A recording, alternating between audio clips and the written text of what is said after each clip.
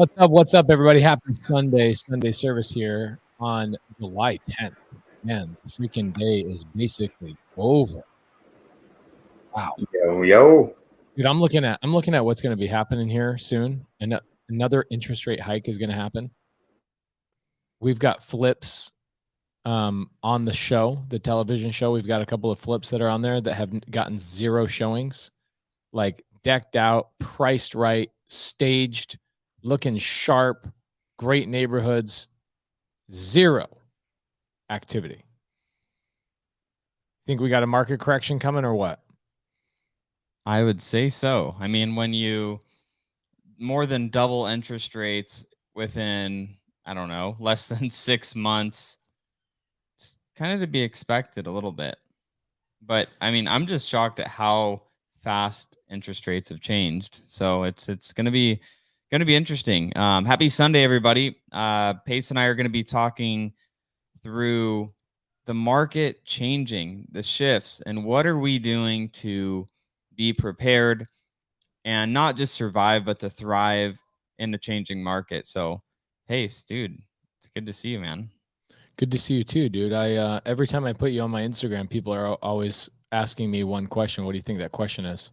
Is he wearing shoes? Is he wearing shoes? That is 100% the question. So guys, tonight we're going to be talking about a couple of things that are coming up.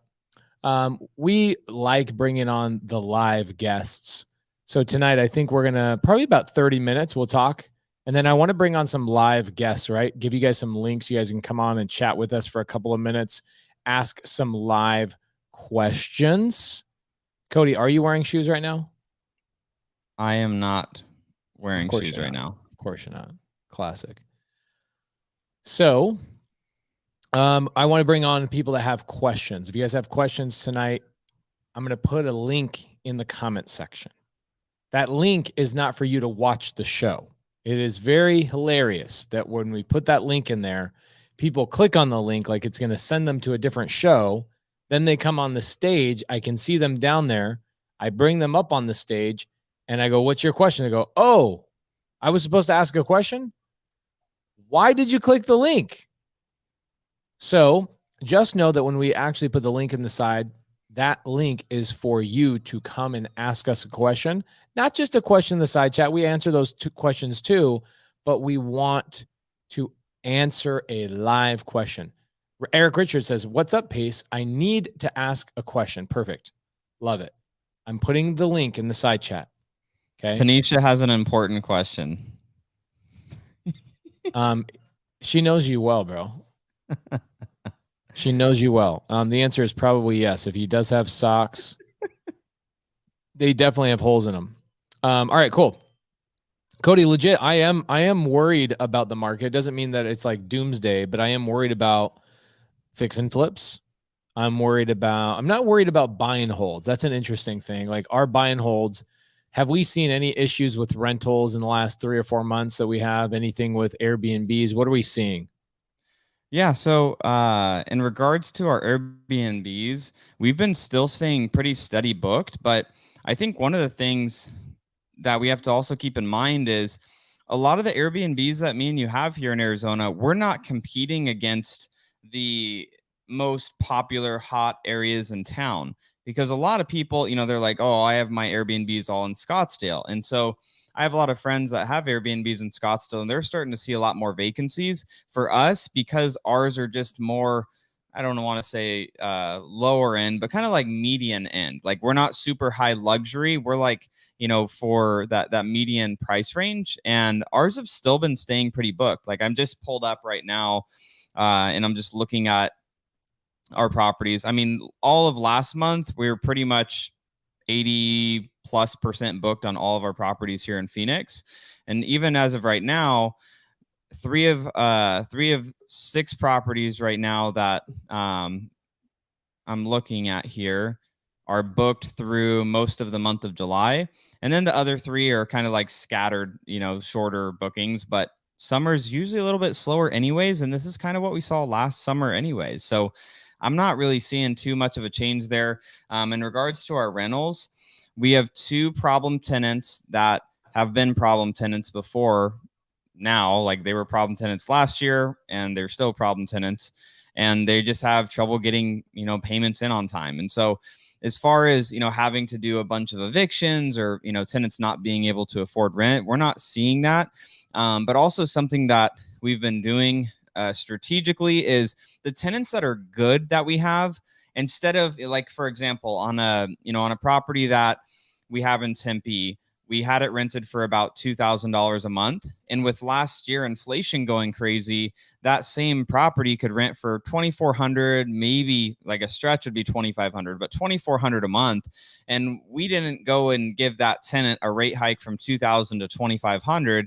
Instead, we went to $2,200. So we're still $200 a month under, but we went to them with a smaller increase, because if we're going to go and give these large increases to our current tenants, they're probably going to end up moving out. And then we're going to have to go and paint them. We're going to have to clean them up. We're going to have to let them sit vacant for a month or two. And those are thousands of dollars of costs. So that's just also a strategy that we're taking with our rentals right now, is doing definitely rent increases, but not significant ones where we're driving our really good paying on time tenants away, because we want to keep those. Those are our assets, are the good paying tenants. So that's what I'm kind of seeing right now. Yeah, that's great to hear. What property is the $2,200 one? Country Club. Ooh, that's a 0% interest deal. From an Asian, by the way.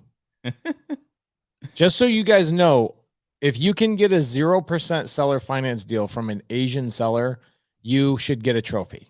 Okay. That is a deal that I negotiated on a live YouTube video, by the way. And I was talking to Cody, go, hey, what are all of our 0% seller finance deals that we have? Because I want to tell a couple of stories to the students. And he was telling me, and he told me Country Club. I was like, what's Country Club? He's like, you don't remember that? You did on a YouTube live. I was like, oh my gosh, that Asian seller oh my gosh, that's right. Oh my gosh.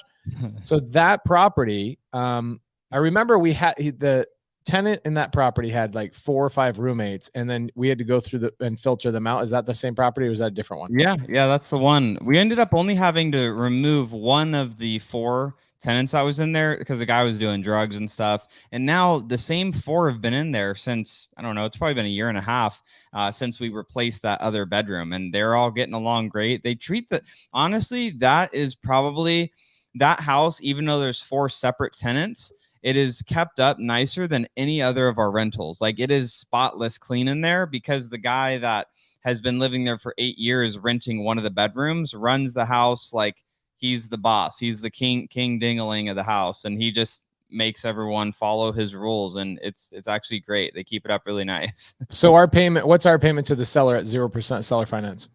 It's about $1,200 a month. So we're putting $1,200 in our pocket every single month, or at least our tenants are putting $1,200 in our pocket every month.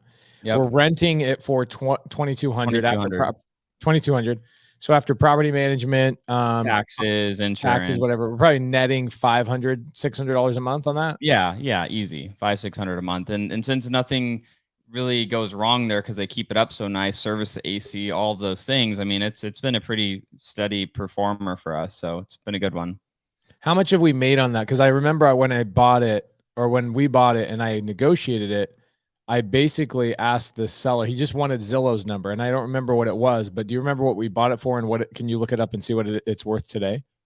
Yeah, so we bought it for, I remember, $330,000, because I remember we put $30,000 down on it.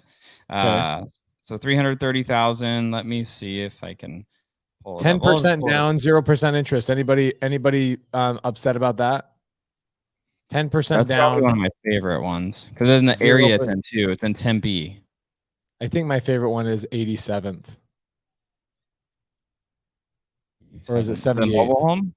Yeah, or 78th. Yeah, 78th. Yeah. 78th. It's that mobile home. We got basically zero down, just because of the way we structure the down payment over the course of a year, and 0% seller finance. That payment is $375 a month.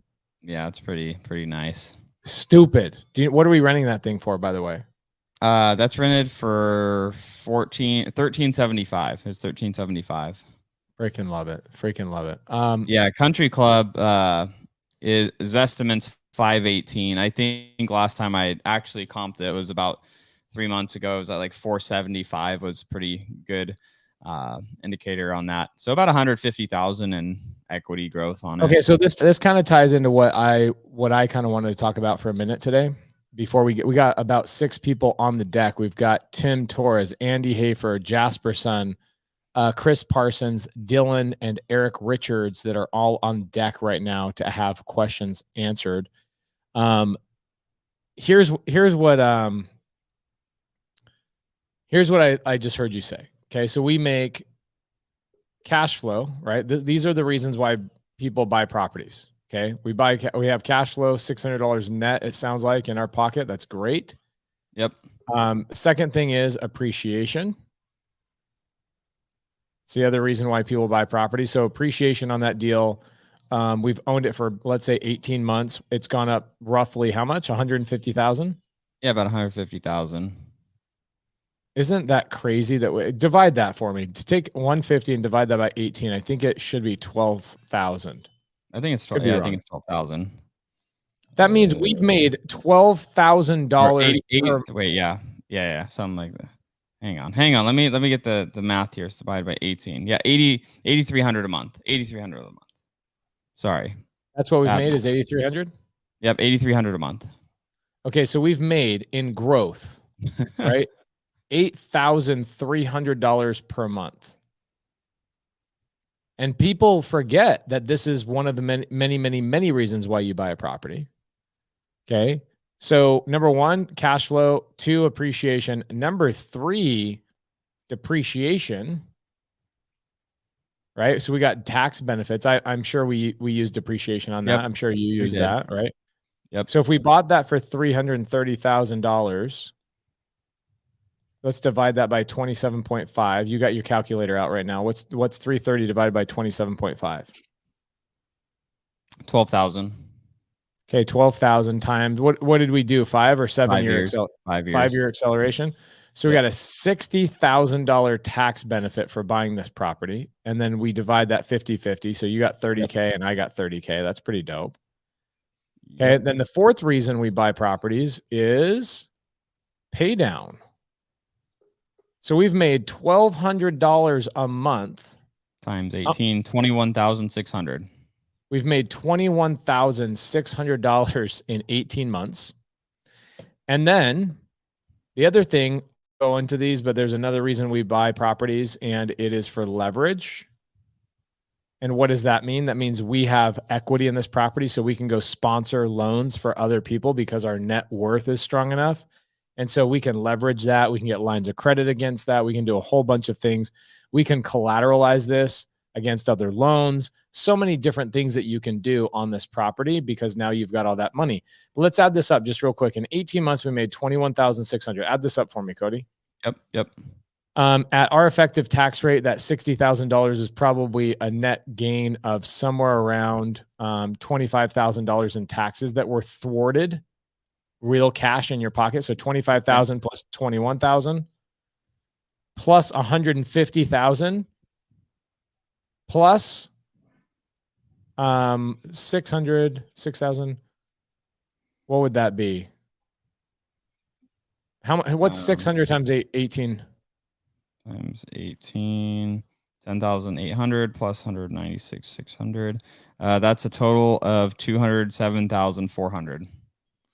$207,000 on one property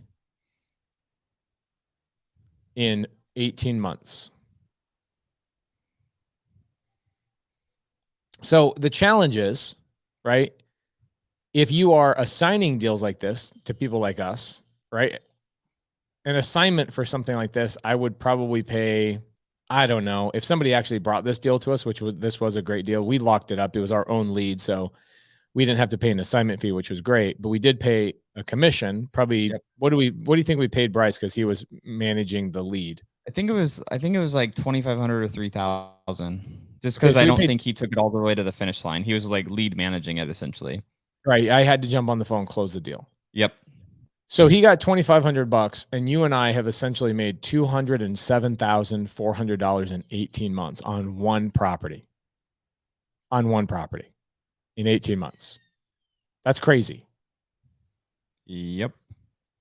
Okay, so guys, don't get blinded by just cash flow, right? Don't get blinded by just cash flow. There's multiple things that are multiple reasons why people buy properties. And the powerful thing about how we bought this property using creative finance is that no matter what the economy is doing, as long as we can rent this house out, we're going to make $1,200 every single month in mortgage pay down, which is pretty freaking dope. Do we have a balloon on this deal or no balloon? We have a 10-year balloon. So, all right. Well, plenty of time.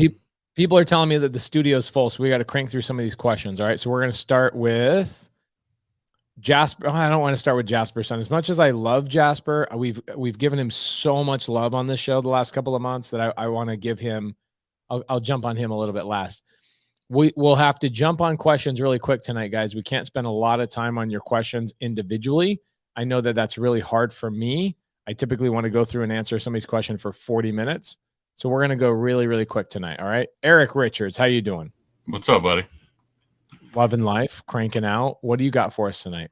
So I've got an opportunity. I'm meeting with a couple of officers, executives with a bank that are wanting to use my company as like a third-party administrator to bring their foreclosures because they anticipate that their foreclosures are going to go crazy over the next 3 to 6 months. Okay. I've been in your sub 2 for about 4 weeks now. So there's 2 or 3 issues that I think are going to be like addressed when I have the meeting with them. Firstly, probably my experience. And then if it grows, they bring me 30, 40, 50 of these foreclosures. How would I deal with them? Do I keep them all into my company? Do I bring them to the sub 2 group? Like how I grow with it and what I do with them because of their vetting process in order to grant those loans. I don't know that they're going to be willing to just let me choose who I want to do business with. So I would love your advice on how I should go forward with this and anything you can help me before I go to that meeting. Okay. Number one, there's a reason why you joined sub 2. There's multiple reasons why you joined sub 2. Number one, there's nobody better on planet Earth at teaching creative finance than me. People will claim that they know everything. Oh my gosh. I swear to you, when I sit down with people that say they've been doing this for 20, 30 years, you find out that most of them are not actively buying properties or have not bought properties in 15 years a lot of times. So you're in the right place, right, to learn creative finance. But more important than me, more important than what we teach, the number one reason why you joined sub 2 is because it's not a mentorship. It's a community of people. And Eric, where do you live? Southeast Ohio. Okay, so you live in Ohio. Amazing. We have a lot of great students in Ohio. Regardless of whether you're in Ohio or not, we have a lot of great students who are amazing closers with a ton of experience. So the experience thing is a moot point, right? You can just bring in a student that's been in the program for a year or 2 years, or some students like an Uncle Lonza who joined it. He was like the 7th student. You could bring him to the table and say, hey, Uncle Lonzo, will you come with your credibility, your experience, and your vernacular, your eloquence to the table when I have these conversations with these bank owners? And when they have questions I don't have the answer to, can you be my partner in these situations? And you and I can either work out a split, or you and I can work out a thing where I take these houses that I can handle and everything else is yours until I can start handling a little bit more, or however that is. Don't go in on this on your own. This is not a mentorship. This is a community of people that are like-minded that you can trust. I would find a couple of students that have been in the program for over a year that you can rely on to bring all the credibility and the bandwidth to the table. Absolutely. Good deal. I appreciate you, man. A year ago, maybe a year and a half ago, I'd be like, let's do it together. But with the TV show, I've become so unreliable in terms of getting deals done on, for me. People send me a phone call. They'll go, hey, can you get on a phone call with my seller? I go, great, love to. And then I do it on one of our sub 2 Zooms. And then two days later, like, hey, will you call the seller again? I go, dude, I am so far from being able to get on a phone call with anybody, let alone even reply to you on Instagram or whatever it is. You're going to have to wait until next Tuesday Zoom. That's kind of how it is now. So that's why it's great to have a community where the other students that have been in the program a long time just JV with you and you never have to wait for me. In fact, there's probably all the sub 2 students that are in the side chat today. We've got 610 viewers right now. We'll probably climb to 700, maybe 800 tonight. We hit a peak of viewership until like 30 minutes, 40 minutes into the podcast. So anybody that's a sub 2 student's been in the program for over a year, or you're a mastermind student, please reach out to Eric. Eric, go in the side chat with everybody. And like Jorge or George Manjares, amazing, highly intelligent mastermind student. He's a guy that I can see him right there. He says, Eric, let's do it. There's your guy. That's the guy you go with. Perfect. I love that, man. I really do. Ideally, so my just to let everybody know, like my big play with this is this bank that is having the meeting with me is 5 or 6 branches big. Mm-hmm. I wanted to use this as like a proof of concept that I have connections that go to bigger banks and expand over 4 to 13 to 20 states. So this is a crazy good opportunity. But George, absolutely, let's do it, buddy. I love it. Love it. Yeah, I love it. So guys, I have this kind of leans into a conversation that has been going on behind the scenes. You have banks, like, listen to what Eric just said. You currently have banks worried about what's going to happen. We see what's going on, guys. My wife is our real estate agent. We have properties on the street right now. I see what's going on right now. People keep saying demand is high, demand is high, demand is high, demand is high, demand is high. And it is, but people's affordability has basically plummeted because it's twice as much of a payment as it was 4 or 5 months ago. Okay.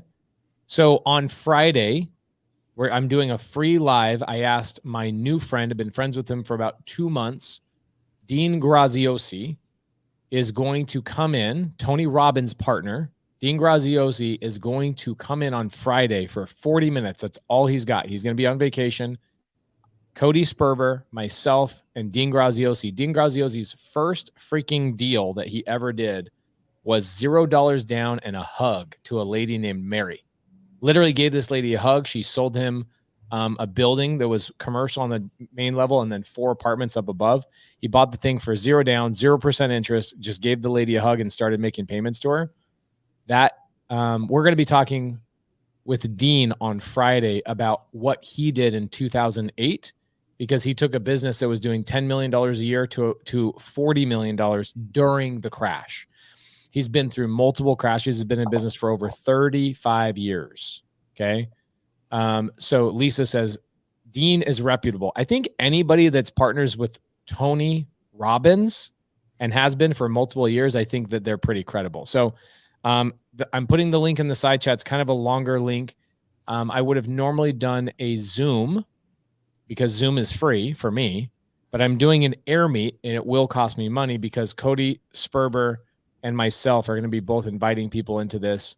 So that's going to be happening on Friday. We're going to be talking about the upcoming crash, and I'm legitimately worried about it, especially when you have Tuesday. Eric, were you on that Zoom when we brought a seller into the 4 hours, baby? I was in there. How crazy was that I brought a Zoom on our Zoom. We brought a seller in that's like, I need to know how to sell my house on subject to, because we listed at 650, then we bumped to 625, then we're at 6 this, and I think we're going to have to price reduce, and we're getting 0 activity. I will sell my house subject to right now. I just need to know how to structure it with a buyer. He was on there for an hour trying to find an answer to save what he's got going on. And he's not even a student. He's just looking for answers. And there's thousands of people like that. I'm telling you guys, there is an economic shift happening. Creative finance will dominate in this shift. We are getting sellers that are like, take my property, no down payment. Oh, 0% interest? Fine. Just take the property. Okay. That's happening Friday. We're going to talk about, I have not been through a market crash as a real estate investor. So for me, I can go back and look at the data, but I want to know somebody what it was like. I want to know what they did. I want to hear their game plan and what they're doing in this upcoming market crash. Dean is still in real estate. He just built 4 houses, sold them off. He's got a big development he's doing. So we're going to be talking real estate. And if you're in the real estate market, what should you do in this doomsday? Okay. So that's Friday, 4 p.m. Arizona time. It's very quick, 40 minutes. Okay. Alex says, what does the data look like? The data looks like this. Listings have tripled. Foreclosures are up 800%. Let me say that again. Foreclosures are up 800%. What does that mean to you? That means that banks are going to be reaching out to people like Eric Richards and saying, hey, we are anticipating a massive amount of foreclosures that we won't be able to handle. We need to form an alliance between us and a group of investors that can help us handle this. That's what the data is telling us. These banks are hiring officers. They're creating positions to try to figure out how to do this. I pulled one of their the job descriptions for a brand new position they're opening up on LinkedIn, trying to figure out how they're going to cut their losses with the new shift that's coming. It's crazy, isn't it? It's crazy. Super crazy. So, Eric, thanks for coming in and highlighting that. I appreciate that. I got to get through all the questions. Thanks for coming in, brother. Appreciate you, Pace. Thank you. All right, later. All right. Kyle Cooper, how you doing, bro? Hey, whoa, great, man. Thank you so Kyle, much. is that a mullet or is that a full, just a dope rocker haircut? Listen, okay, got it. We just, we're from Hawaii, so I'm still rocking the Hawaii hair. I love it. Looks great, bro. Yeah, no, so we joined at the end of 21, and we immediately, we fix and flip, and I started jumping in and learning all the creative finance stuff. And it dawned on me, I'm like, I'm not getting anywhere with fix and flipping. This is my wife, Lisa. Hi, Lisa. Like, we're not getting anywhere with, I'm going to turn the volume up here, with creative financing because we're trying to fix and flip. And I was like, so a bunch of students were like, man, just be a buyer. We're already locking up deals. Well, so here's the deal. We're in 2 flips right now that are going to be, the houses, the comps around them are in the 500s, range, that once we get done selling, we'll hopefully be able to sell them for that. But obviously we're facing the same economic turn. But our main question, we're going to ride this wave out. We're going to do our best to get the houses done and sell them as quickly as we can. But our main question is actually a little unrelated to that. Since we moved back from Hawaii, we're staying with friends in their ADU. And we've realized, because we don't have a typical W-2 job anymore, we're like, okay, we want to find a creative financing situation for our own house. And because I started jumping into the flipping of the houses, and I do a lot of the work myself, I didn't plan on it, but because of the way certain things have gone, I've had to. I have not studied all the creative finance subject to information to where I know how to just pick up the phone and start calling people. But my question to you, we were sitting here talking, we're like, what's the best way? What would you recommend to find a subject to property or a creative financing property in our area? We're in the Charlotte area now. For ourselves to live in, for our own house. We've heard your story of how you got your house, that sort of thing, which we love. We would love to find something like that to get out of our friend's house and to get into our own property. And if you were in our shoes, what would the first thing you do? Would you pull a list and start calling people? So there's two ways to get a deal. Okay. Either buy a deal from somebody that knows how to find them and pay them a fee, or it's kind of like, those delivery, like grocery delivery companies. It's like, how do I go buy groceries, Pace? Well, either A, you go directly to the supermarket, or B, you go to Instacart and they bring the groceries to you. Which one do you want to do? Right? Well, I don't have a car. Okay, well then use Instacart. They'll bring the groceries to you. You're just going to pay a premium, right? So it's the same thing with buying a deal. You want a subject to or seller finance deal? You got so many students of sub 2 in Charlotte. I'm flying to Charlotte in 45 days. We just bought a 408 unit, $109 million purchase, multifamily deal. And we'll end up having over 300 students at a meetup in August 10th in Charlotte. students like Chad Glover, Ted Miller, and so many more that are doing deals in North Carolina, all over North Carolina.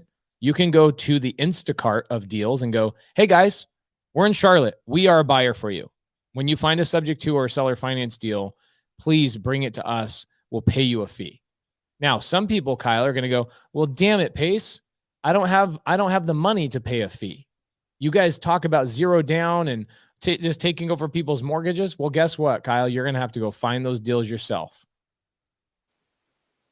Okay. So how do you find those deals yourself? The number one place to find a subject to deal, always, 100% of the time, is going and helping people who are in foreclosure. Foreclosures are up 800%. So I'm not giving you an answer that you want to hear. You either got to find somebody that's finding the deals, right? Sub 2 students that have been in the program for a bit. Right. Or B, learn what the students are doing to go find said deals and just go directly to the source. Foreclosures, expired listings. You can get really niche on lists. Okay. An expired listing, what does that tell you? It tells you that the agent wasn't able to sell the house. The homeowner's probably worn out and pissed off and all sorts of things. And so you reach out to the homeowner and you say, hey, was there something you were looking for that you weren't able to get on the market? I just saw that your listing expired. Okay. On the ML, I imagine, Kyle, you nor your wife are licensed real estate agents? No. Okay. So I would ask sub 2 students, hey, does anybody want to help us that's a licensed agent in Charlotte? We have a lot. Can you guys help pull a list of expired listings off the MLS? Because the only place you're going to get a really accurate expired listing list is from the MLS. It's going to be hundreds, in fact, thousands. Okay. And what's going to end up happening is you're going to call those homeowners and say, hey, looking for a house for myself, saw that you did this, this, and this. Would you be open to terms? And then, Kyle, what you got to do that I won't be able to answer you on a podcast like this with 10 people in the back studio waiting for their question to be answered, is you got to go and watch my seller calls on YouTube. Yeah. And you got to see how I talk to people. You got to see how I lock up deals. Okay. So it's either, do you want to pay somebody to go find the deal for you, like Instacart, bring the groceries to you, pay a premium for it? Or B, do you want to learn the skill of going out and finding these deals and talking to sellers directly and helping them out? I prefer, just for me, I have full control of when I generate a lead, I talk to the seller directly. I've got a deal right now. Seller, I legit texting her right now, Molly, my operations manager, and she's like, the person who brought this deal to us is an absolute jelly brain. Like, they have no idea what they're doing. So what I'm now having to do, so here's the seller, right? Well, let me pull this up to give you a little bit of. So I've got a seller here, owns a house. Wholesaler watching my YouTube stuff goes, oh, I know what to say. Screw this whole thing up. They go get a preliminary contract, which means the seller has not signed this contract yet, because the seller's like, do you even know what the hell you're doing? We've gone back and forth 25 freaking times. Do you even know what you're doing? But the seller moved out of the country like 4 months ago. So they're like, green light, let's go. Let's sell this thing. I have a payment on a house I don't live in anymore. Like, of course I'll let you take over my payments, right? Yeah. So I've got this wholesaler comes to me, hey, Pace, this contract that I have not quite worked out yet, would you buy this from me at a $10,000 premium? Meaning give him $10,000 and I just take over the rights to the contract. Right. And I go, well, I don't know. Let me look at the contract. I'm like, I don't have a freaking clue what this thing says. Can I just talk to the seller directly and work out my own terms and I'll still pay you a fee? And so even then, even sometimes you go through wholesalers, these guys who are not trained in creative finance, they're going to screw up a contract like this that I got to go back and rework anyway. So for me, I prefer, not saying that I don't do this all the time, okay? If I have to start a business and I really want to go after these deals, which doesn't sound like you would necessarily want to start a business, you just want a house for yourself, I would just go directly to the source and I would find people that are in foreclosure. Easiest person to get a deal from, always foreclosure. Okay. Why? They have a ticking time bomb in their pocket. Yeah. They're the only seller on the planet that actually has a timeline associated with selling their property. Yeah. And in most states, it's public information. You can see, oh my gosh, these guys are in foreclosure. They have 32 days until they lose their house. All day long, let me just take over the payments. Oh my God. There you go. There's a subject too. Totally. Okay. That's brilliant. If I look at, we have over 300 single family homes in our portfolio. Okay. Over 40% of them came from foreclosures. Subject to. Wow. Yeah. Foreclosure is massive. If you guys are, see this little world, I've got 730 people on this live. This is not bigger pockets. Okay. This is not going to the MLS. This is not going to my broker and an agent. That is not what this world is. This is the off market world, meaning we're going to sellers that are not anticipating selling their house. In fact, a lot of them are trying to keep their house when they're getting foreclosed on. We come to them with an offer that is hard for them to pass up. We help them move on to the next chapter of their life. We're not waiting for these houses to hit the market. We're working directly with the seller that does not have a real estate agent involved whatsoever. In fact, I'll say this over and over until the day I die. I dislike working with real estate agents. They get in the way. They are not helpful. Most of them don't know what they're doing. They don't learn how to comp when they're in school. All they learn is how to put a stick in a yard and says, this house is for sale. So for me, why do I want to go work with real estate agents? I go directly to the seller. I know their pain point. You guys are in Charlotte right now? Mm-hmm. I'll show you how easy this is. Like, it is so, has this already been helpful for you? Yeah. It's super helpful. Okay. So check this out. I'm going to go to a website. I do get paid from them. So they sponsor the show. They pay us monthly. They sponsor our show. We use them a lot. We've been using them for years. The name of the company is batchleads.io. And if you use, I think it's code PACE. So batchleads.io /PACE. Okay. It gives you like 500 something or other. That doesn't matter. The tool's dope. Who gives a crap what you get for free?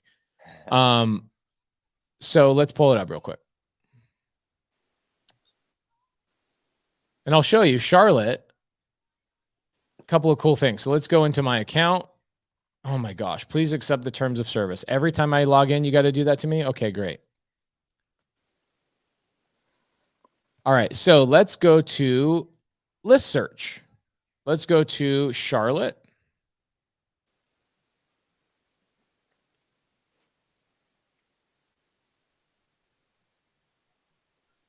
Now look down towards the bottom here on quick filter. Expired listings right here. 3,859 people were not able to sell their house through a real estate agent. Do you think those are people that you probably want to talk to?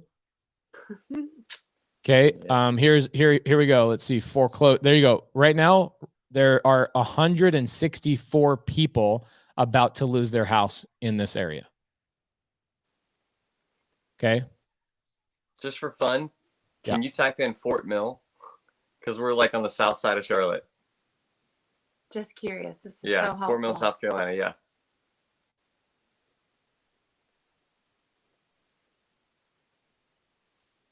$297 expired listings.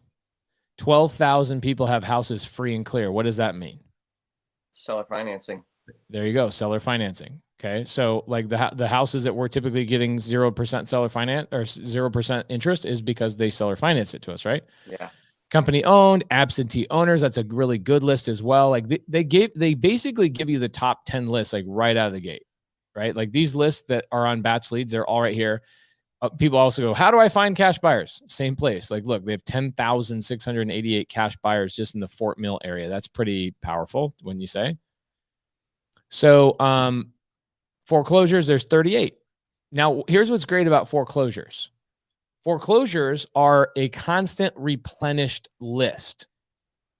Okay. The list is always replenished. In Phoenix, Arizona, right now, we probably have a good 600 people that are in foreclosure from start to finish, like 30 days late, all the way to the people that are getting foreclosed on. Every day, there's 20 people getting foreclosed on and 20 new people coming into the foreclosure process. It's a constant conveyor belt of deals. Yeah. There are people in Phoenix, Arizona that the only thing they work on are foreclosures. They won't call expired listings. They won't work with the agents. They're just literally calling foreclosures because they know these people have a timeline. And so they're a lot more realistic. Okay. There's 2 times people are going to be realistic with their house immediately.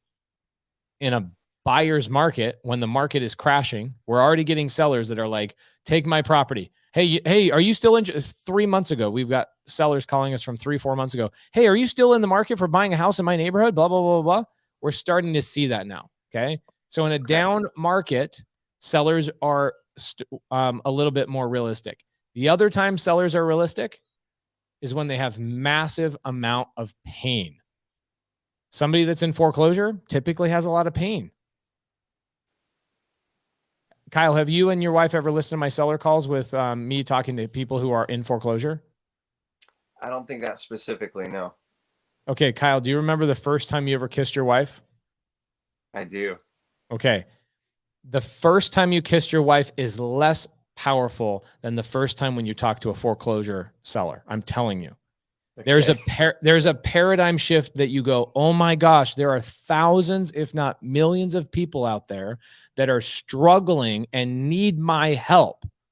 There's a change where you think, if you're a fix and flipper, are you getting your deals from real estate agents? One was real estate, one was an investor. Okay, so like a wholesaler brought the deal to you? Yeah, kind of, yeah. Okay, cool. He was an investor himself, started fixing the house up, and then he was like, he ran out of money. Down, that sort of thing. Got it. Okay, cool. So where do we find deals in this off-market world? Is we find the people through public data who we know have pain. I'm not guessing. I'm not driving down the road and just guessing, hey, that looks like a nice house I want to flip. Right. Mm-hmm, mm-hmm. I'm sitting at my ass in my chair. Who knows if I even have pants on right now? And I'm pulling up 138 people that we know in your town right now are waiting for somebody to call them and solve their problem. Mm-hmm. And the biggest paradigm shift that you will have is that you guys are responsible adults. And you think that everybody else that you're talking to is also a responsible adult. They are not. They're the majority of the people that are going through foreclosure. I'm sorry. I know a lot of personal friends and family members that have gone through foreclosure, but the overwhelming majority of people that are going through these painful situations make really, really bad decisions. It is your job to help them out of those bad decisions. Okay. I'll give you a good example. And there's 1,000 of these stories that are so uniquely distinct from each other that if I told you all 1,000 of them, by the time I got to the 20th one, you'd go, okay, I totally get this. I totally understand. If you go watch my seller calls, you'll hear these people just going, I'm ready to give up. I'm ready to take my own life. I'm ready to do this, that, and the other, whatever. We've got a seller right now. Okay. That, he says he's drunk. As a truck driver, he's driving drunk in his personal vehicle, loses his license. What happens? He loses his job. So now he does no job. And the only thing he's ever trained for is truck driving. Meanwhile, he's got some equity in his property. So he's like, you know what? No worries. I'll try and sell the house. If I worst case scenario, just sell the house, take the money, fix the problem with my driver's license and go back and get a job. Well, that doesn't work out great for him. So he's just like, I'm done. I give up. I'm done. I'm just going to let the house go to foreclosure. Second, it goes up on foreclosure. Like the data shows that he's late on his payment. This is all public data. We call him up and we don't call him. We shot him a text. Hey, we see that you're in foreclosure. Anything that we can do to help you? Well, we're going to probably make $100,000 on that deal. It's actually a subject to deal. Okay. Foreclosure. There are 800% more foreclosures than there were in January. 800% more. It's going to get way worse. You're going to have people begging you to take their house. And the problem is if you think you're going to get deals from real estate agents and houses on the market, you will start seeing that more. But the last 4 years, there's no deals. There's no consistent deals on the market because by the time a house hits the MLS, it's like, what's wrong with it? If that thing hasn't sold, there's something wrong with the house or there's something wrong with the seller, right? Okay, now here's another way. Have I given you a sufficient answer here? It is, So yeah. good. And so when you pull So those, when you get that information from batch, You actually have to pay for that list though, right? That's Yep, another. you're paying. That's what Batch does is they go find Yeah. the public data, they aggregate it, and they sell it to you for a fee. Okay. Gotcha. Mhm. Okay. So you download that list. You can either single dial it. You can go hire a virtual assistant. Yeah. We own a company. We have about 1,000 clients. The name of the company is startvirtual.com, Yep. like startvirtual.com. They cold call and they put typically 1 to 3 sellers on the phone with you every single day. So they do the cold calling and you just go, hey, tell the sellers I'm available to talk to them from 3 o'clock to 5 o'clock every day. And on your calendar, a virtual assistant will put an appointment on your calendar every day for somebody that's in foreclosure. Okay. Right. You get on the phone with them and you go, hey, Mrs. Seller, how's it going? Catch me up to speed. What's happening with the property? What are you trying to accomplish? Are you looking to sell it, or is there something else I can do to help you stay in the property? And that's a whole nother conversation for another day. Okay. Right. Yeah. But you start taking action. So when people say take action, that's it. Pick up the damn phone. Yeah. In fact, the less you know, the better. Okay. Legit. Well, then we're going to be amazing. We're awesome then. Yeah. And this is why my students are so successful, is because they are a community of people that when you start, you have all this trepidation, you have all this hesitation. Oh my gosh, I don't know what I'm doing. Well, that's why you team up with people that have been in my program for a year or 2 years or 2.5 years that are doing this all over. You'll see them in the side chat. People have been in my program for a year, 2 years. So you got to tap into somebody else that's going to help you in that market. Okay. Okay. Another place, and I got to go quick. I know you got more questions, but I can't answer all your You're questions. Fine. Last place I'll tell you is if you go to a real estate agent and you ask them, can you pull all the seller finance deals on the market right now? Here, I'll show you something dope. I don't know what kind of cash you guys have, but you guys want to see a dope ass house? I'm trying to get for Cody. Sure. Our cash is all tied up in 2 properties right now. Yeah, we're tied up. But that's fine. But here's what is available on the market all the time. People just don't know it because you're not looking for these things. But this is the MLS. Cody sent me this listing. $2.5 million home. Let's look at this. Pretty dope little spot. You can buy this on seller finance. No credit check.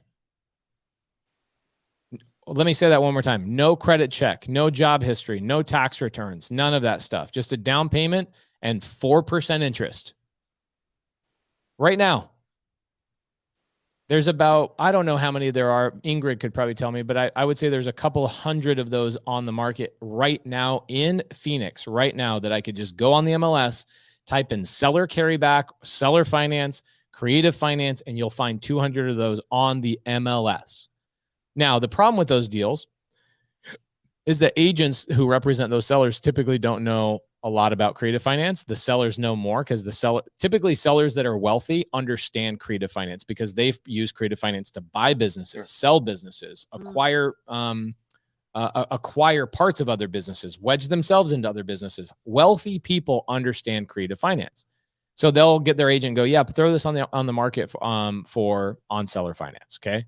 That is very common, very common. So I would have an agent in Charlotte and then have an agent in Charlotte pull a list for you, or in whatever that city is called that you just said. Have them pull a list that says seller carryback, whatever. You're going to see some of these sellers will say, well, I want 20% down. Well, guess what, Kyle? You don't have 20% down because your shit's tied up in another property, which is what happens when you're an investor, right? So what you do is you ask the agent, hey, how can we structure this where everybody wins, where I can buy the property, no money out of pocket up front, and then chisel away at the down payment every quarter, right? So I'll make a monthly payment to the seller, but also a little chunk that pays towards the down payment, okay? One of the best deals I ever did, the seller says to us, I want a $10,000 down payment. I've got one right now. I've got a seller who goes, I want $430,000 down payment. It's a big multifamily apartment complex. I go, not a problem. Seller finance the multifamily deal to me. It's over 50 units. Seller finance the 50 units to me for 50 years. Okay, give me a 50-year mortgage at 4%. And the $400,000 you want as a down payment, let me pay you that over 2 years. Does that make sense? Yeah. So you can seller finance down payments as well. You don't just seller finance the property. You can seller finance the down payments also. Yeah. Okay. Okay. So you can go to an agent and go to a seller and say, hey, our cash is tied up. But when our flips are done, we got a little bit of money, we can chisel away at part of the down payment. So let us get into the property right now so we don't have to live in an ADU and feel awkward every time we bump into our friends who own the house. I've been there too, guys. And in next quarter, we'll pay you $5,000 towards the down payment. Let's say the seller wants a $25,000 down payment. Say, great, no problem. I can pay you $5,000 a quarter over 5 quarters. So that would take 1 year and a quarter, right? Mm-hmm. You can play around with this so much, but it requires words to come out of your mouth to somebody who actually controls a contract. Yeah. So good. Super helpful. Makes Very, sense? very helpful. Do these foreclosures or pre-foreclosures, I assume they get inundated, they get like bombarded with investors the moment they get hit. How, there's two reasons why you'll win in this battle. Okay. Tell me. Number one, consistency. I know it sounds stupid, but you want to hear a story about one I just closed on a couple months ago?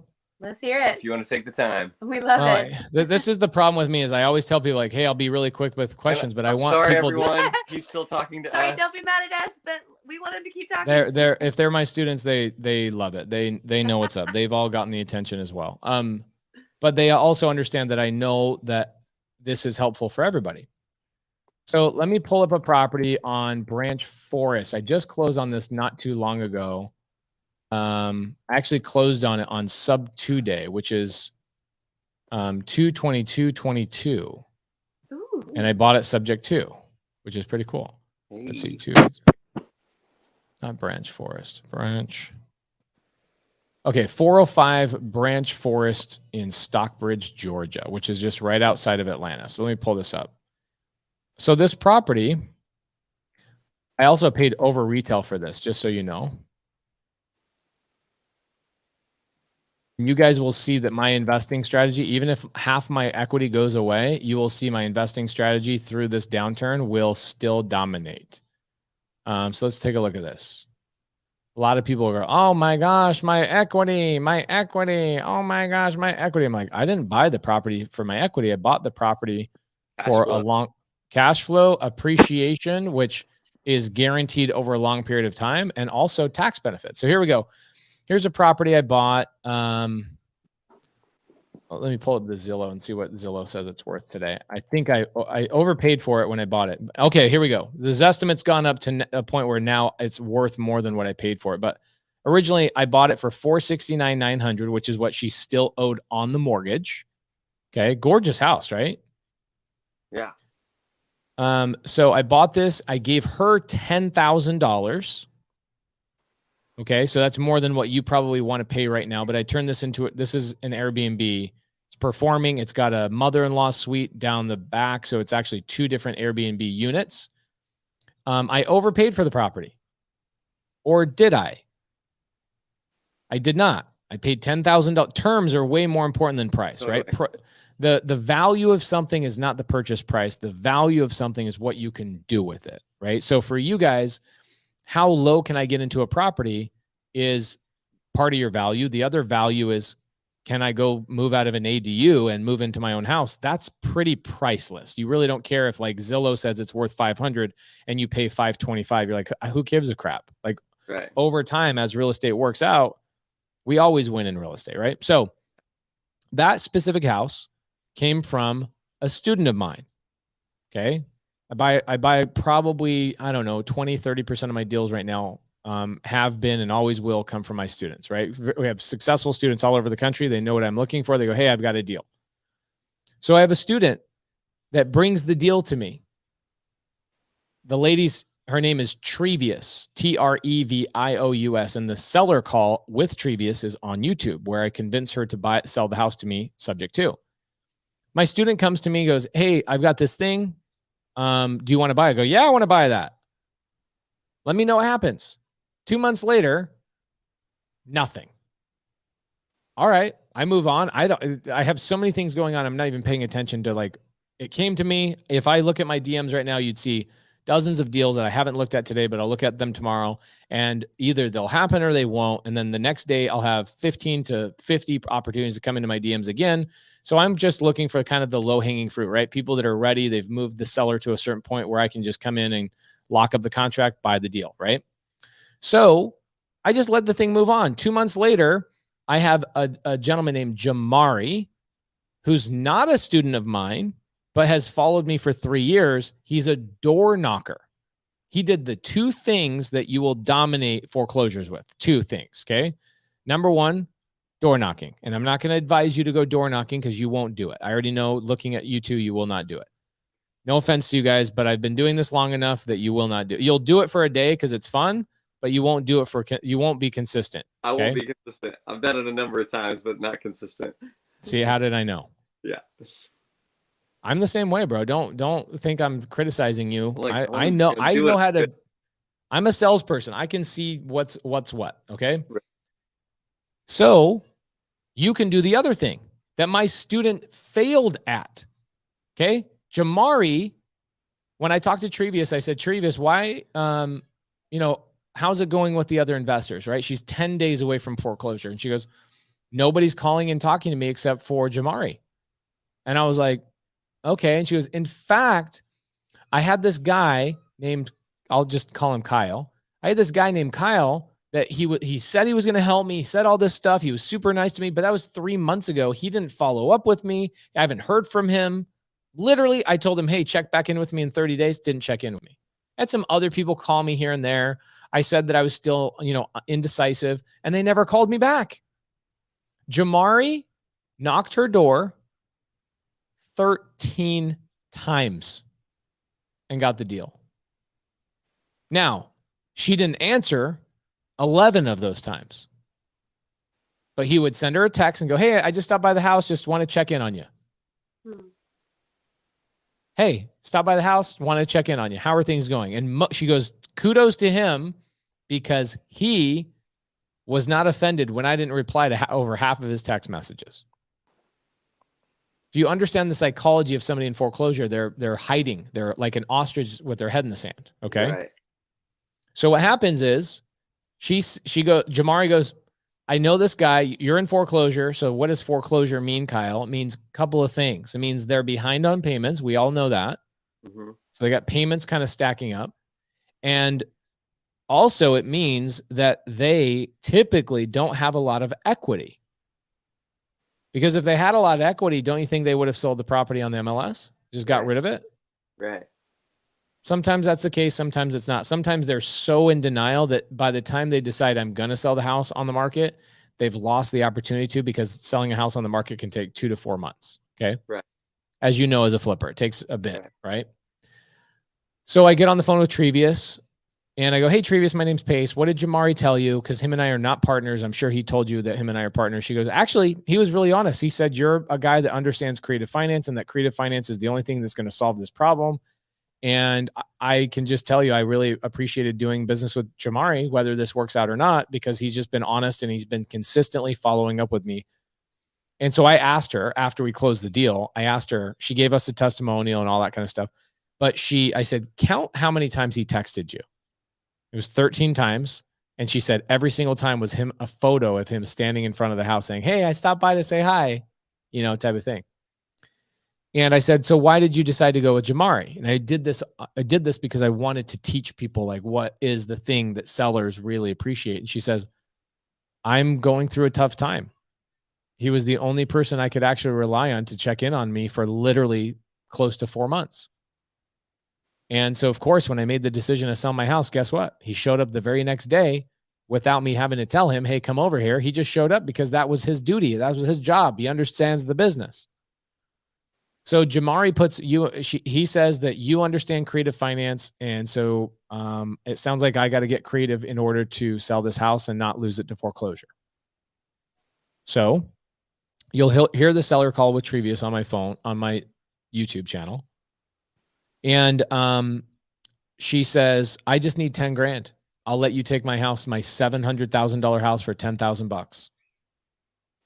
I just need to pay I can't have a foreclosure on my record because it will destroy my ability to get financing for my daughter's education.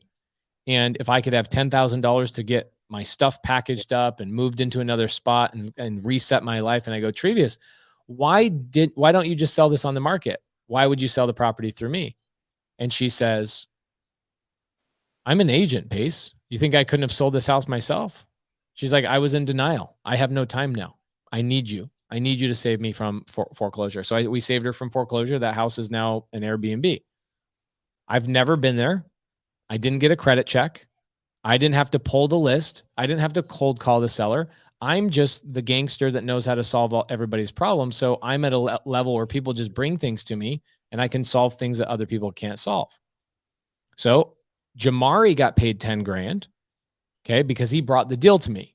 And originally this is what Jamari said. He goes, dude, I don't care if I even get paid because this is a deal that I wouldn't be able to do because I'm a cash buyer. I don't understand creative finance. So I gave him 10 grand and I sent him an iPhone because I was like, please don't ever text me with a freaking Android green bubble ever again in your life. Yes. I legit sent him like an iPhone Max 13 Pro, whatever it was. That's awesome. So how did he get that deal? Door knocking is a great way to cut through the crap with foreclosures because a lot of times foreclosures, they are hiding from bill collectors, banks. They're hiding from relatives that might owe them money or I'm sorry, they owe money to the relatives. Maybe their baby mama drama is going on. Whatever's going on, foreclosures are chaotic. And so a lot of times you'll see sellers that like don't even charge their phone.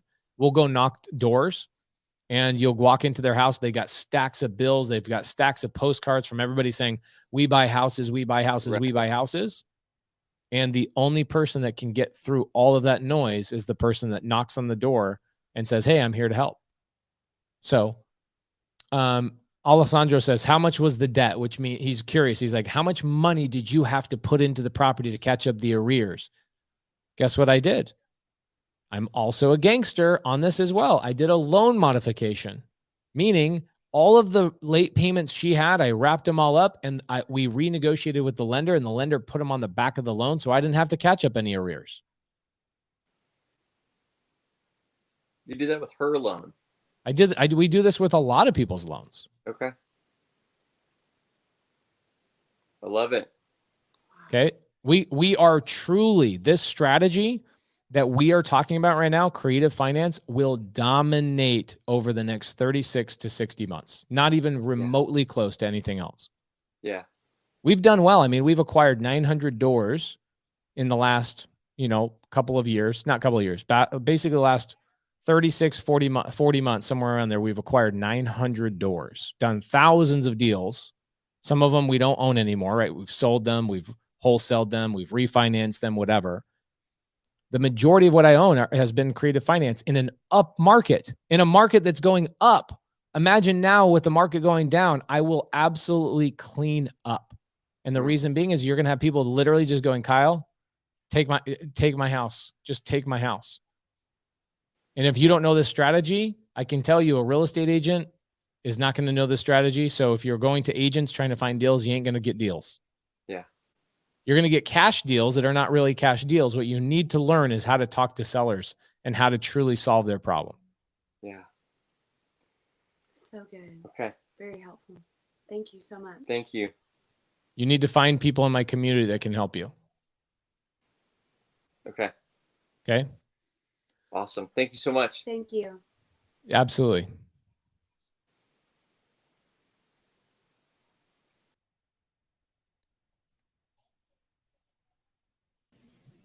Don Miller, how you doing, bro? I'm good. How are you? Can you hear me? I can hear you great. Yeah. How you doing? Awesome. Good. What do you got for me today? I'm here in Boise. I've got 2 leads that I'd run by you. Okay. One is a wholesaler that has a property tied up. He wants $350 for it. It's next to a college. Boise? Pardon? In Boise? It's in Caldwell next to the college, so it's close to Boise. Okay, cool. It's a 3-2, but the basement has the ability to turn it into a 5-3. Okay, got it. And- Hey, while we're going through that, guys, we've got 800 people on the live, so I want to make sure I take the time. We all can agree that the market's going through a shift, and so I've got Cody Sperber, myself, and Dean Graziosi. We asked Dean Graziosi to come into a live on Friday, just because the economy's changing. He went through real estate in the downturn of the economy. Fun little 40-minute thing, and I want to make sure that a lot of people show up for Dean. It's AirMeet link that I'm putting in the side chat. It says upcoming live with Dean Graziosi, doomsday plan for a down economy. Copy and paste that AirMeet link and register for it. I think we're only allowing 2,000 people. I think we already have 1,500 people in there. So make sure you guys register for that. It's this coming Friday, 4 p.m. So Don, you've got a single family home from a wholesaler, $350,000. The basement can be converted into something that adds more value. So what's the question on it? So they want cash. They want a cash buyer because they're off in Seattle because they have cancer issues. But the other thing too, there's an additional lot attached to it. The wholesaler is a knucklehead. He doesn't realize that there's actually access to it. There's actually the ability to do an ADU on the back as well. So I'm just wondering how you would go about this deal, or if you have any interest in JVing on it. JVing as in what? You want me to sponsor the loan? Do you want me to run the construction? What do you want me to do? Because I'll be honest, I'm fearful of fix and flips over the next 30, 45 days, especially with the Fed. I think the Fed is going to raise rates another point here in the next couple of weeks. Mm-hmm. Well, what does that do for us as a fix and flipper? That damages our ability to find an end buyer. The fixes are cosmetic. And so it would actually be really great because it's a block away from a college. Okay. So it'd actually be great for proximity and all that stuff doesn't, and like the level of repairs that we have doesn't really, like, I don't even care about that. What I care about is what is this house going to be able to bring for a buyer when the interest rates go from 6% to 7% in the next 30 days while we're holding the property. So really on this one, you'd only be looking at it if it was created. Is that correct? I don't know. I need you to make an argument to me. Well, he wants 350. They want 350 cash. They don't want to do creative. I already ran that by him. Okay. And the only thing that I'm thinking about is that something to where you could do a fix and flip, not maybe make a whole lot on that, but that lot in the back with the access, he doesn't realize it has access. So you're saying, hey, let's build another property. Okay, got it. So hold on a second, guys. There's people saying the link doesn't work. It's probably because you have an Android you're trying to like get on here with. Guys, the link works perfectly fine. Here, watch. I'll take the link, same link that's in the side chat. I'm copying it and I'm throwing in the side chat. It 1000% works. There's 1,500 people that have already got it on there. They have no problem.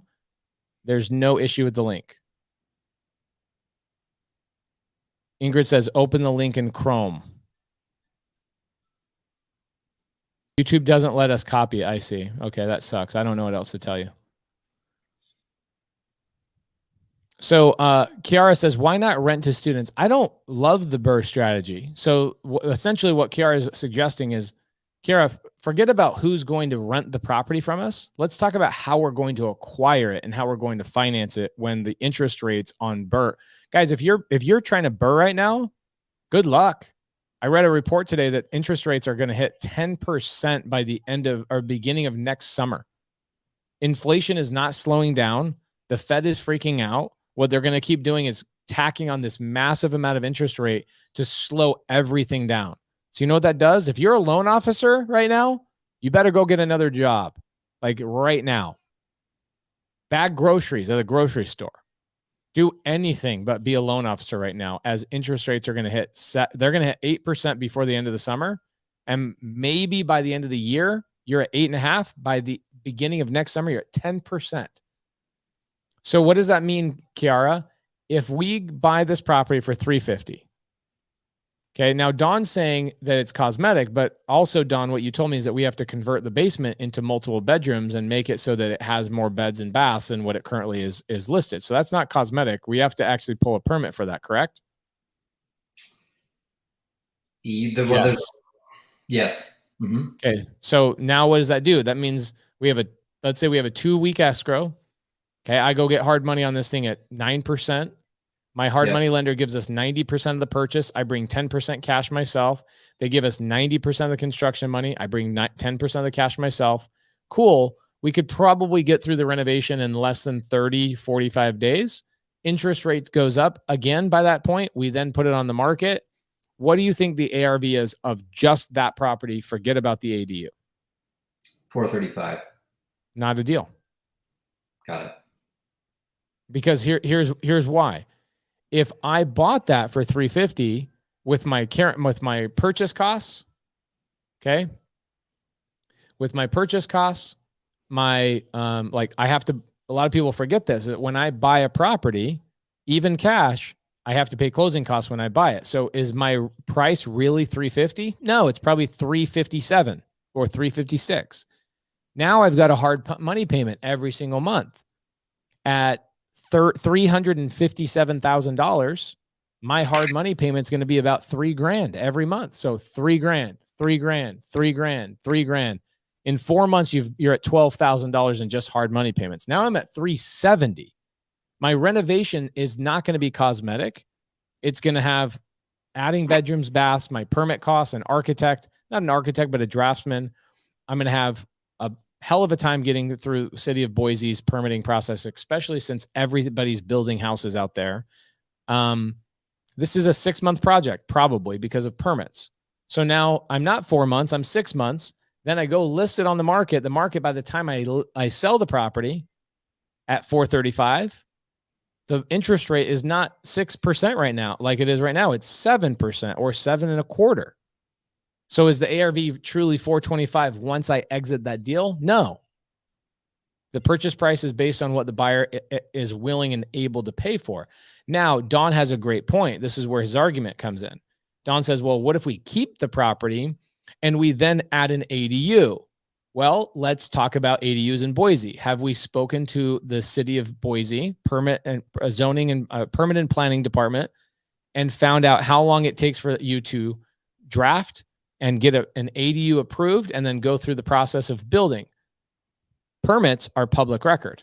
So you can go find people that have pulled permits on ADUs and found out when they actually did their final inspection. An ADU is typically a 6-month process minimum, upwards to a year. So now I've got a property that I build an ADU on, and now I want to refinance it all out and get my money back. Maybe that's a deal if I don't have anywhere else to put my money. Yeah. The only other thing is that it has a separate lot that the wholesaler doesn't realize that there's access. So there is that option to where you can sell it and they get a lot free and clear. Okay, but again, how does that lot free and clear pay our bills? Would you wholesale or would you subdivide? What would you do with that? Yeah, you'd probably ended up wholesaling the lot out to a builder or something. Okay. Do you think builders are super hyped to buy lots right now? Not really, probably not. But I mean, I think everybody's in a holding pattern. Yeah. So this is where like creative finance for me, why do I like it? Is because it doesn't zap my cash. And if something goes horribly, I'm not tied into a hard money loan. I already have, like, a novation agreement would be great. Yeah. So if they want cash, what I would tell them, Don, is I'd say, hey, I'd be open to a novation agreement where I don't pay you today. I pay you once I find my buyer on the back end.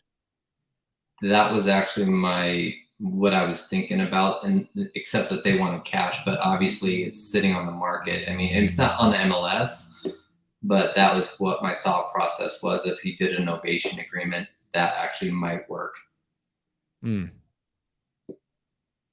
How do you figure out the average cost of ADU detached garage conversion? Guys, the average cost to build anything worth anything is going to be minimum $100 a foot right now. Minimum. That's like shoddy, cheap.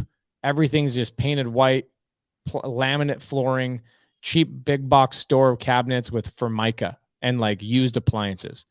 You probably are going to be about $150 to $175 a foot to build anything nowadays. Okay. Susan, she says that she's on Android. It worked perfectly. My Android jokes are literally just jokes. I'm joking about the Android thing. Is it safe to take 20% off current ARV when running comps? Abso-freaking-lutely not. No. Abso-freaking-lutely not. No, no, no, no, no, no, no. 20%. It costs 10% to sell the house on the back end. And your think about this. If you guys are a fix and flipper, I don't want to do a project unless I know minimum that I'm netting 10% of my sales price. So think about this, Don. If the sales price is $425,000, I want to net $42,500 on that project for doing the fix and flip. I mean, you're down to $380 by that point, and your purchase price is $350. It's not a deal on a fix and flip. It would be a deal on a buy and hold if you could do. If the Burr strategy was working right now with interest rates, this would be a deal I'd go, hey, let's just do the ADU in the back. I've got the lender that'll give the loan.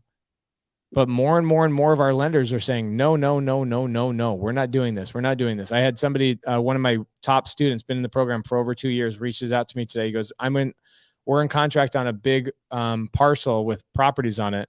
We were like 2 hours away from closing and our lender backed out. This is, guys, you're going to start seeing this happen all the time. Tony Giaro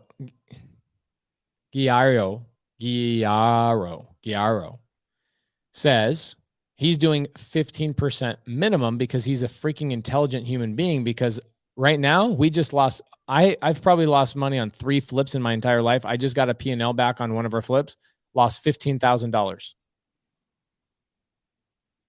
Damien says my lender's backing out too.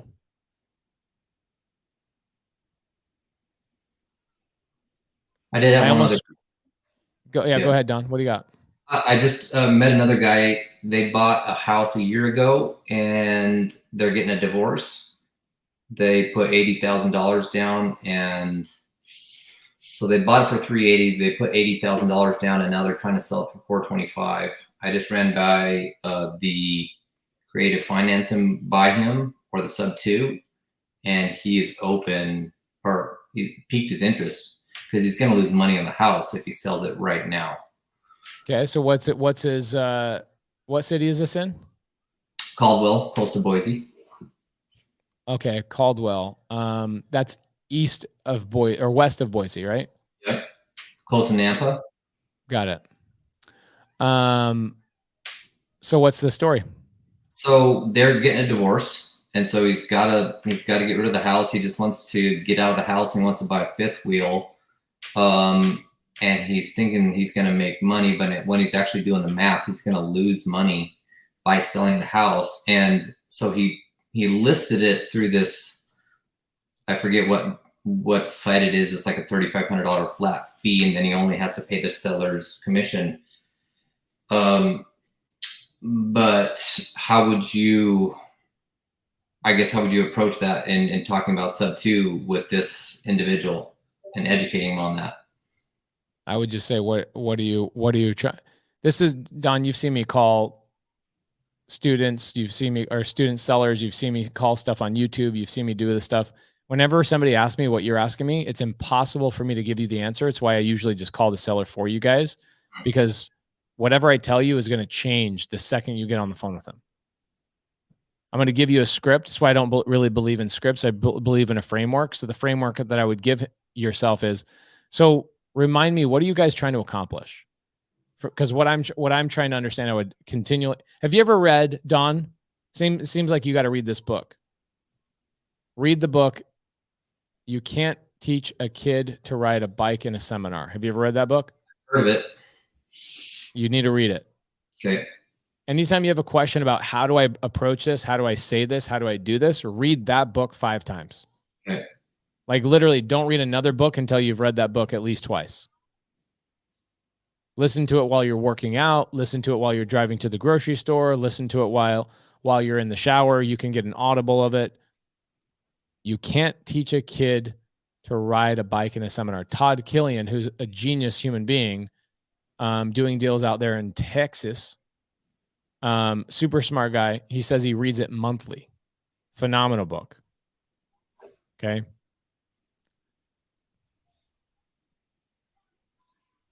But what I would do is I could, if I could talk to him right now, well, I'm sure we could move the conversation forward. And I go, what are you guys trying to accomplish? What's going on with the wife? I mean, I just did this with a seller yesterday or 2 days ago on a Zoom for 4 hours. Seller's like, how do I do this? I'm going through a divorce. My wife is a lunatic. How do I get out of the situation? Sub 2. Okay, great. How do I do that? Heather Torres, are you kidding me? Do you guys know who Heather Torres is? Oh my word. Superhero. Think Media. Does anybody follow Think Media? Sean Cannell and Heather? Oh my gosh, I love Heather. She's amazing. I was just watching her Instagram today. She just bought, she says, here, learning from you, Pace. I saw you were in Utah the same time I was in Utah. My gosh, Heather, you're the best. Okay, so Don, I would love to call the seller and maybe just move the conversation forward. Okay. It's what is it, 9:30 in Idaho right now, so it's a little late. Yeah, he seemed very Call open. him? In fact, he said, well, we could always give him a shot. I told him I was going to talk to you tonight, so you can always give it. Is he in the same? Is he just a single dude right now because he's separated from his wife? Yeah, single dude. Let's call him. Can you DM me his phone number? I'll call him right now. Yeah, I will do that. It'll be awesome. I mean, anytime I call a seller, I do a great job, because you're either going to find out it's a deal, or you're going to find out why it's not, right? Yep. There you go. Just send it to you. All right, cool. And his name? I don't know. Okay, no problem. You don't know the seller. All right, this will be a good test. I mean, why not? Call somebody at 9:30 at night in Idaho with not knowing their name. No big deal. Yeah, no big deal.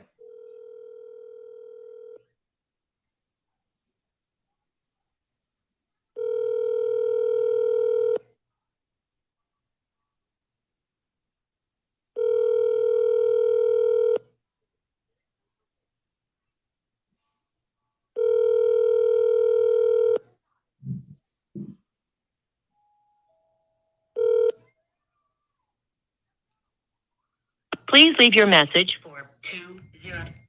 If we were lucky, he was going to say his name on the voice memo. You know what I'm saying? Right. Oh, I see you DM me today. Sorry. Yeah. I took the kids to a movie today. That's fine. If you don't dial twice, you didn't dial once. That's all there is to it.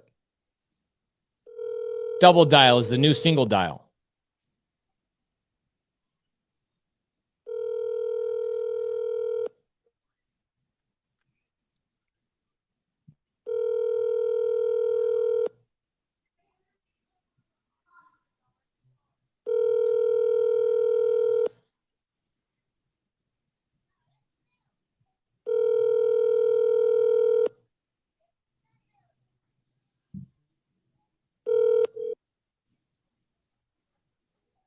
Please leave your message for. So, my opening line to him, like if I don't know their name, Yeah. I'll just act stupid, right? And I'll just say, hey, my name is Pace. My partner is Don Miller. I'm looking at his horrible notes. Like literally this man has chicken scratch for notes. I'm so sorry. Don't know your name. He just told me that you're trying to sell your house and it looks like you potentially would lose money on this house. I just want to call and get caught up to speed. Yeah. Okay. So I overcome every anxiety inducing moment in that conversation very quickly. Like fell on the sword, made my partner look like a knucklehead, threw you under the bus. We now have a common enemy, all that stuff. Yeah. And I found him because he was trying to get rid of a free couch on Craigslist. So they're all over the place. Getting a divorce. Come take my couch. Love it. Guys, this is going to happen more and more. The economy is shifting. And so you're going to get a lot of sellers that are like, oh crap, I just bought this property. Now the market is slowing down and taking a little bit of a dip. Somebody just needs to take over my payments. Okay. So I'm freaking telling you guys, oh my gosh. You guys want to gobble up houses in the next 36 months? All sub 2 and seller finance. Gobble up houses.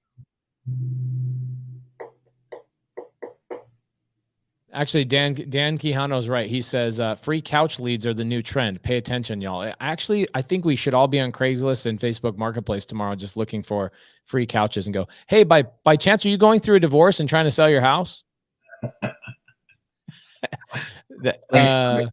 Appreciate taking the time tonight. Yeah, is this helpful? Thank you very much. Yeah, the cash deal, I wouldn't look at that. The number one reason why that cash deal doesn't work is just because the financeability, like refinancing that deal after we build the ADU. It's like, oh crap, I've got all this money tied up. Meanwhile, I'm buying a 53 unit, a 50 unit, a 43 unit, a 408 unit deal. I'm buying all these deals with less money out of my pocket than what you're asking me to do on this ADU. Right. But so if they did seller finance or maybe innovation, it might be something to look at. If they did a novation or a seller finance deal all day long, like I would love to have stuff in Caldwell for sure. Yep. Okay. I'll keep in touch with them. Love it. Great question. Thank you. One of my favorite human beings, Effie. Oh, hi. Hi, Effie. How you doing? Good, good. Okay. Thank you. One of my favorite human beings. Wait, do you have an echo? Hi, Effie. You do, because you're listening to two things at the same time. Okay, which one do I shut? The StreamYard or no? It must be this one. Okay, that should be better. Thank you. Are we good? We're good. We're good. Love it. Thank you. Everybody say hello to Effie. She's a lovely human being. Hi, everyone. She's the teacher we all wish we had. Well, some people might change their mind as of tomorrow morning. Yeah, huh? That's a separate discussion that I'd like to have with you afterwards, if you don't mind, just on the back end. But for the audience and for us on YouTube here, Yeah. I'd like to know, do you see any way for us to be able to scale taking over properties through foreclosure? What do you mean scale? Well, is it possible to kind of squat up with a number of people and be able to go either to the banks as a last resort, but to the other, to do the short sales and the, novations and things like that as a bigger group? Because yeah, I know I could probably get one house. I probably think I could do that, maybe two. Yeah. But what I want to know is the power of squatting up. Yeah, there's this amazing thing. I actually just created it not too long ago. It's called sub2.com, where like you go and you join a community of other students that all squat up with each other. Yes, I understand. And you know what? We listened to you this morning with Gator Lending. Yeah. And we are going to change things. We're going to try. I know. I saw your email. I haven't had a chance because I've been my wife and little Monday are hanging out right here. But I tried to take the majority of the day with the family today, which was great. As well you should. I just don't want to take it in the wrong direction if you happen to think that. But I believe I have plenty of time to talk tomorrow. I'm off set. So I film on set tomorrow from 7 to 12:30. And I'd love to chat with you after that. Okay. We're meeting at 6 a.m., but we'll go ahead and 6 a.m. What time? Your time. We all My go by time? your time. Yeah. If you meet at 6 a.m., I'll jump in there. Cool. Okay. Awesome. I'll send you, the link is on Discord. But that is very much appreciated by all Gator lenders. And there's very few people I would do this for. I'm doing it not for a Gator tribe. I'm doing it for Effie. My wife says you're wearing a cute shirt, by the way. What you're challenging Effie to do. So she's doing a lot of work. But Can you tell Effie likes cats? Where's the cat? Yeah, where's the cat? I don't know. You just have cat stands. Yeah, they got the cat condos. Condos, please. We're into real estate. A kitty condo. It's a condo. It's a kitty condo, cat condo. But look at that baby. Oh, I want to reach through and just hug her. Laura, thank you so much for what you did with us yesterday. Oh yeah. It was so touching and it was so appreciative. It was just great. Oh, look at her. She's going to eat the mic. Effie, I'll see you tomorrow at 6. 6 a.m. it is. And in the meantime, we're going to try and figure out how, yes, we'll talk then. Thank you, guys. Love it. You're the best. Thank you, Effie. Guys, it's 8:31. We have an average of about 800 live viewers between 2 YouTube channels. Man, I can't believe Heather Torres came in and hung out with us tonight. I'm actually doing a podcast with her, I believe, on Tuesday. So I'm super excited about that. Think Media is having me come on their YouTube channel. You got to love Heather and freaking Sean. They're the best. Yeah. What's funny is like I've been on big channels with people that are with big prolific names, but honestly, I get more excited about going on with Think Media, who's big also, like big. But I love the people at Think Media. I freaking love their team. Heather says hi. She's also, I told you she's a RVer just like us. Okay. Love you guys. Happy Sunday. We will see you guys next week on Sunday service. Guys, bring me some sellers to call. Maybe we should do this Sunday service a little bit earlier. I know we've been doing it for a year and a half every Sunday at the same exact time, but maybe next week we should do it a little earlier so we can call some sellers. I can help you guys lock up some deals, but I'll see you guys multiple times this coming week. Tomorrow, Wholesale Hotline, 5 p.m. Arizona time, live on YouTube. Later.